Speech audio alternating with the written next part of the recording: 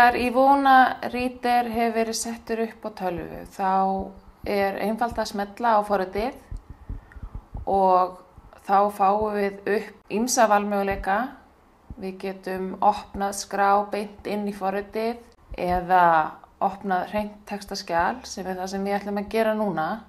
Og hér fáum við hreint textaskjal og förum inn í Word og finnum texta eða textabrot sem við ætlum að nota.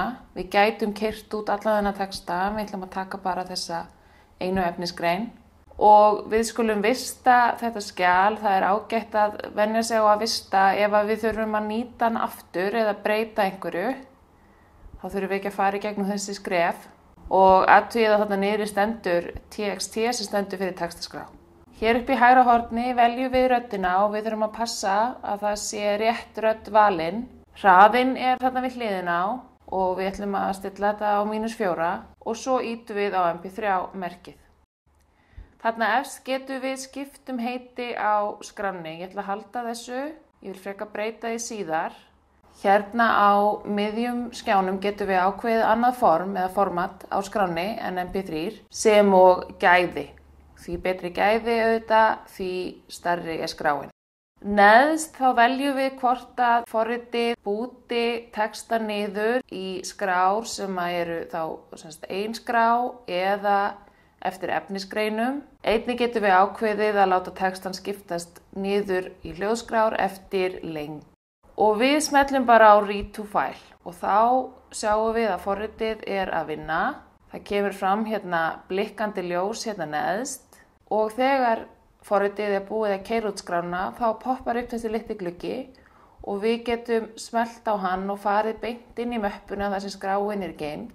Við sjáum að þessi tiltekna skrá vistuð undir skjöl og Ivona Reader podcast og þarna kemur mappa fyrir hvert textaskjal sem við vistum. Þannig að ef ég keyri aftur út skrá úr þessu textaskjali þá fer hún inn í þessa möppu líka. Og við skulum smella á og endurnefna skrána. Ef við viljum keyra margar hljóðskrár út úr sama textanum, til dæmis í krossaspurningum eða svona spurningum eins og sjást hér, að þá förum við aftur og opnum nýtt textaskjal og skýrum það. Og þegar við erum búin að vista það á stað sem passar, að þá límum við textan inn. Við stillum hraðan eins og við viljum hafa hann og við skulum prófa að keyra út þessa skrá. Ég ætla að keyra hana bara út sem eina skrá því að ég veit að ég ætla ekki að nota hana en við skulum heyra hvernig hún hljómar. Hún keyrist út og þetta það sem við fáum. Fyrsti kafli fyrsta hverjir voru faðir og afi Þorsteins Egilssonar. Annan hvaða eiginleikum var Þorsteinn Egilsson gæddur? Eins og þið heyrið þá eitthvað skrítið við þessa hljóðskrá. Við viljum ekki að þetta hljómi svona og það sem við þurfum að gera að passa að forritið sé að lesa táknin okkar rétt. Þannig að þessi punktur, forritið að lesa þetta sem fyrsti, annar, þriðji. Þannig að til þess að breyta því þá skellum við hérna svigum í staðinn fyrir punktin.